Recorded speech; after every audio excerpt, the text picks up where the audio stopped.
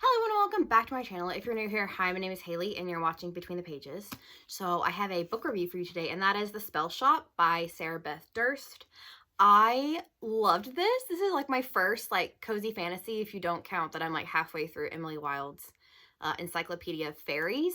But this is my first cozy fantasy kind of rom-com book. I don't know, would you count Fake Demon's Guide to Fake Dating a Demon or Witch's Guide to Fake Dating a Demon? Would you count that as a cozy fantasy? Because I feel like it gives the same vibes as this. But yeah, now we're just going to talk about it. This is about Keala.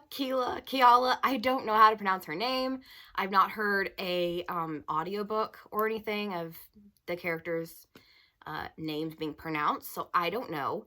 She's a librarian. There's a lot of political strife going down in the city that she's a librarian in. So she gets out of Dodge with spell books and her sentient spider plant Kaz, which we'll get back to him later. I also want to tell you something about the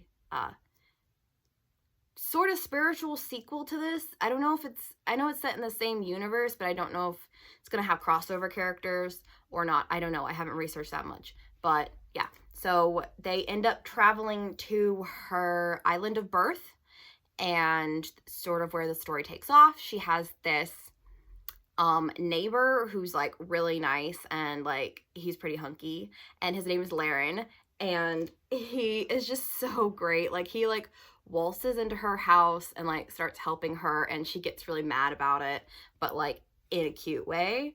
And he builds her bookshelves and builds her a little because she wants to sell jam and stuff as a ruse. So she has the spell books in the back part, and then the front part is a jam shop. So it's a spell shop masquerading as a jam shop, and it is so cute. And I flew through this because I loved it so much, and now we're gonna get into more of a in-depth discussion about it, because as you can tell, I freaking love this book, and oh my god, I cannot wait for the next one. So I have a quote first that I loved. So this is about Keala, whatever her name is. It says, "It wasn't that she didn't like people. It was only that she liked books more. They didn't fuss or judge or mock or reject. They invited you in, flipped up the pillows on the couch, offered you tea and toast, and shared their hearts with no expectation that you do anything more than observe what they had to give." And I was like, this character is me. This character is every book reader, booktube person ever. She is us. Her social skills suck. I mean, not all of us suck at socializing. I do, but I'm just awkward like that.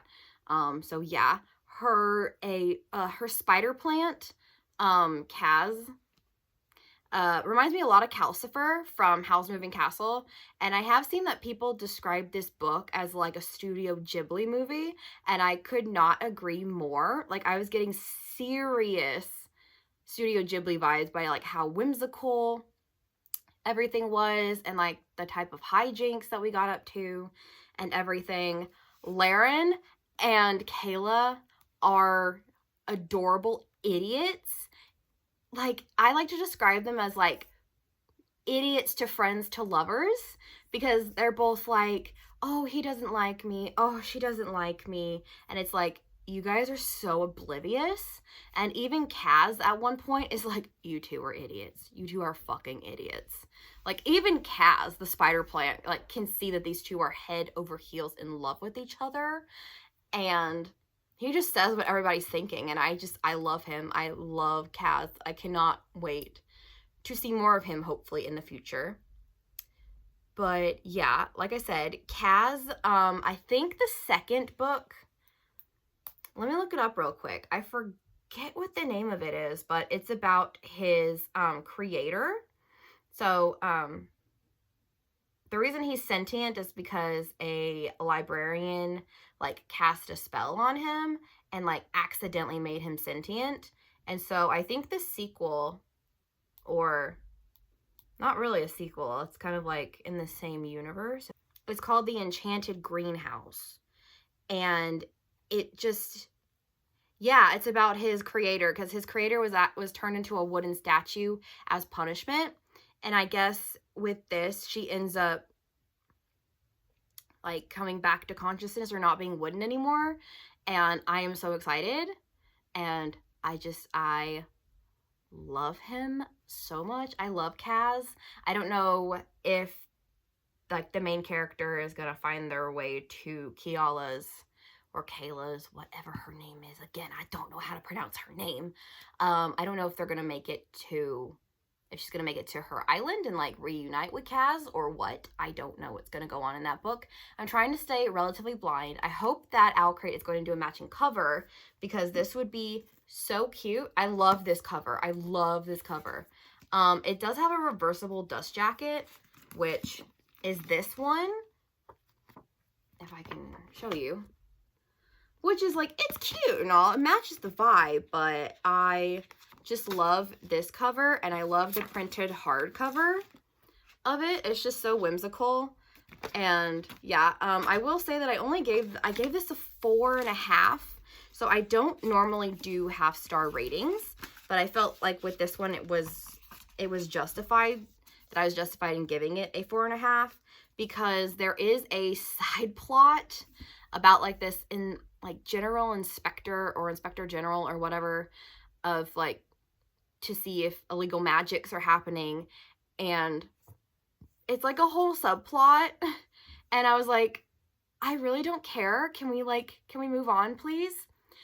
But thankfully that only takes up like the last like 75 or 50 pages of this book, so it's not like a big part of the plot, but it still annoyed the hell out of me because I was like, I really don't care. Can we get back to Kayla and Laren's like relationship growing and her getting to know the island residents and everything? I will say that this kind of, like I said, it reads like a Studio Ghibli film, because like Kayla has blue skin. One of her neighbors is a centaur. Another one is like a deer that has antlers, and it's just like, is it ever explained? No. Is this world ever explained? Again, no. It's just there. That's how it is. So I imagine that could kind of annoy people, because at first I was like, are we going to explain why she's blue? Are we ever going to get into that? No, it's not explained. So just go into it knowing that like nothing's going to get explained to you, and people are just blue, and she has a centaur neighbor and a deer who walks up on 2 legs and everything. Don't ask me how that works. She's a baker also, so I don't know how that works with, hooves. I try not to think about it. It's one of those things you accept it and you move on. It's just one of those things. You just can't really think that hard about it. But yeah, that is my review for this Spellshop by Sarah Beth Durst. I will definitely be pre-ordering her next book called The Enchanted Greenhouse. So I would say if you love this one, you're probably going to like that one too. But yeah, that's my review, and I will see you guys later. Bye!